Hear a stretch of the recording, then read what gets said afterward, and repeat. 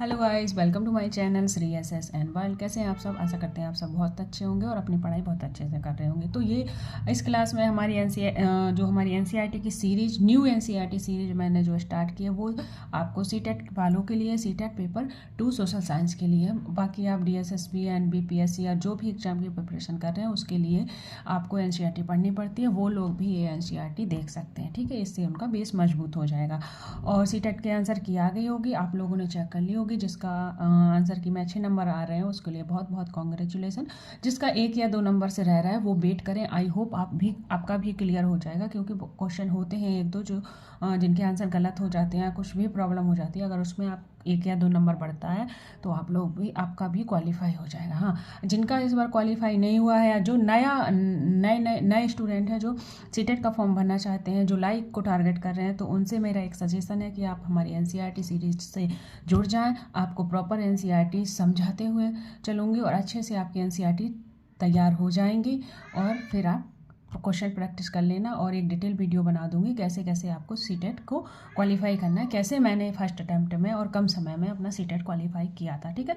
तो time waste करते ना हुए मैं स्टार्ट करती हूँ अपनी 6 की एनसीईआरटी ज्योग्राफी, जिसकी एक क्लास मैं कल हो चुकी है। आज है हमारी दूसरी क्लास और जिसमें हम पहला ही चैप्टर अभी पढ़ रहे हैं। तो उसमें अगला पैराग्राफ पढ़ेंगे हम। जैसा कि हमने ये वाला चैप्टर पूरा कर लिया था, सौरमंडल, ठीक है। अब हम पढ़ते हैं आगे। ये देखिए, तो रात का समय था, रात के समय चमकते हुए अनगिनत तारे सूर्य के समान ही हैं।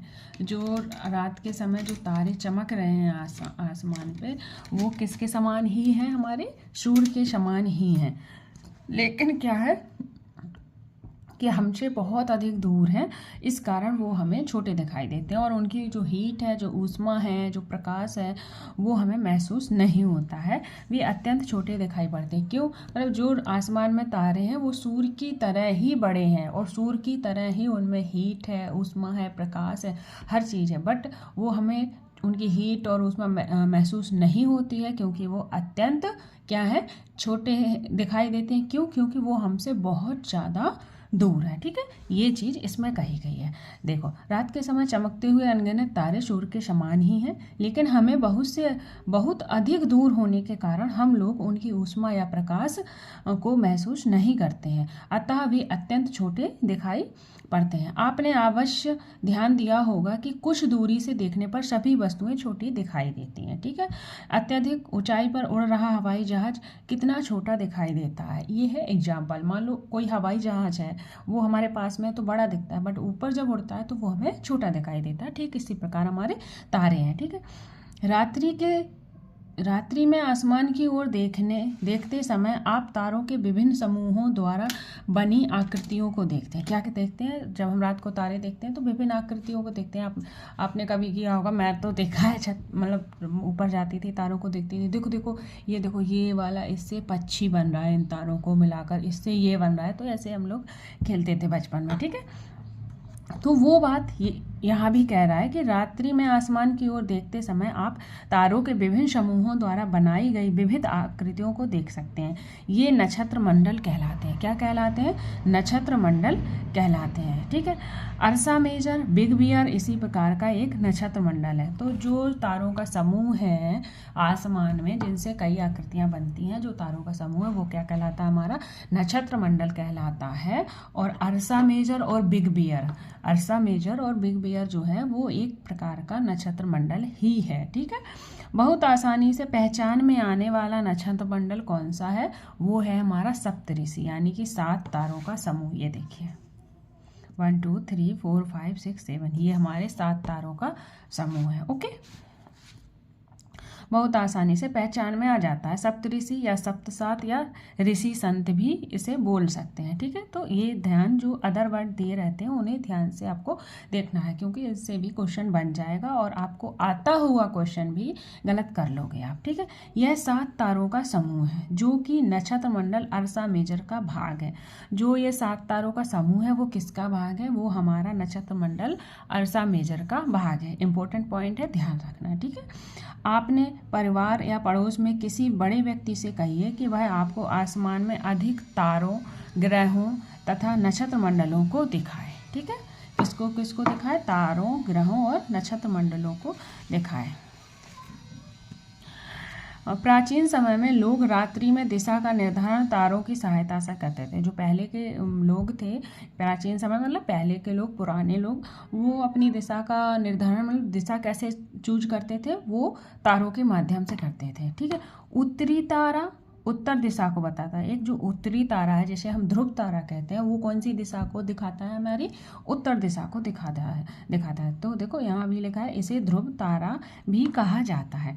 यह आसमान में हमेशा एक ही स्थान पर रहता है। कहाँ रहता है? एक ही स्थान पर रहता है। हम सप्तऋषि की सहायता से ध्रुव तारे की ओर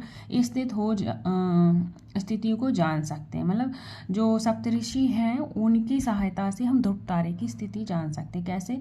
हम सप्तऋषि कैसे देखेंगे? यदि सप्तऋषि मंडल के सांकेतिक तारों को आपस में मिलाते हुए एक काल्पनिक रेखा खींची जाए एवं उसके आगे की ओर बढ़ाया जाए तो यह ध्रुव तारे की ओर इंगित करती है। देखो ये तारे हैं, दो सांकेतिक तारे, इनसे सीधी रेखा खींचो तो यहाँ हमें क्या मिल जाता है? ध्रुव तारा मिल जाता है। ठीक है, कुछ खगोलीय पिंडों में अपना प्रकाश एवं ऊष्मा नहीं होता। अभी हमने पढ़ा था कि जिनमें अपना प्रकाश, अपनी ऊष्मा होती है, वो क्या कहलाते हैं? तारे कहलाते हैं। अब यहाँ दूसरी बात हो रही है कि कुछ खगोलीय पिंडों में क्या है?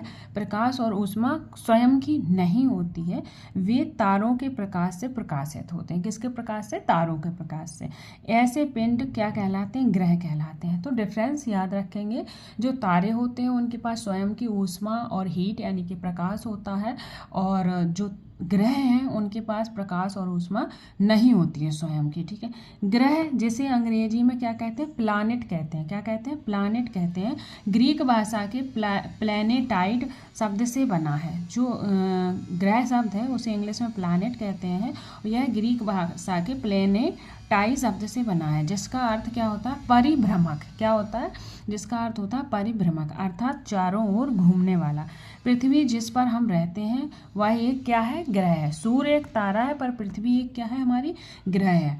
यह अपना संपूर्ण प्रकाश ऊष्मा किससे प्राप्त करती है? पृथ्वी सूर्य से प्राप्त करती है, जो पृथ्वी के सबसे नज़दीक का तारा है। कौन सा सबसे नज़दीक का तारा पृथ्वी का? वो सूर्य है।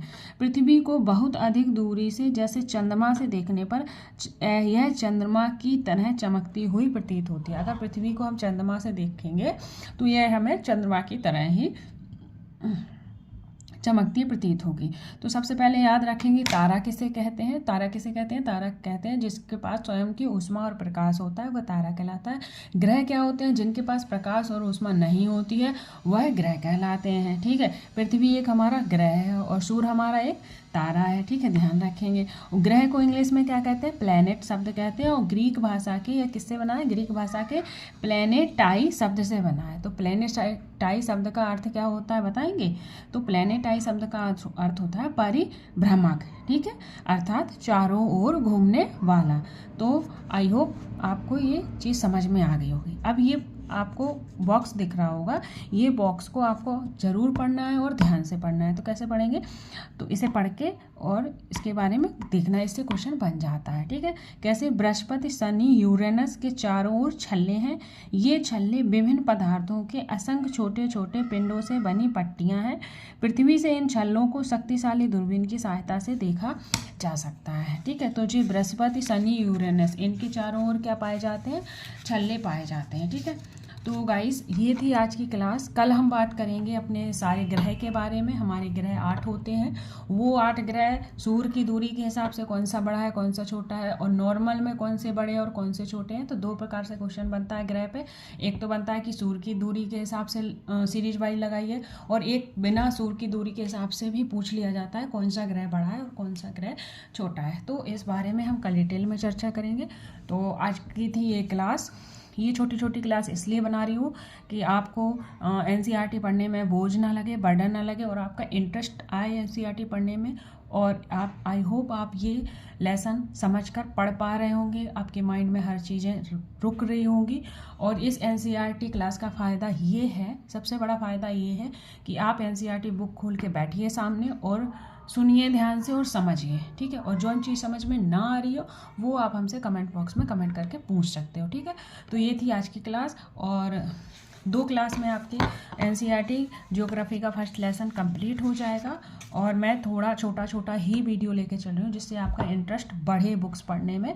और यकीन मानिए अगर आप एनसीईआरटी अभी से पढ़ना चालू कर देंगे तो आगे के लिए आपको बहुत ईजी हो जाएंगे एग्ज़ाम, ठीक है। तो आई होप आप मेरी बात समझ पा रहे होंगे।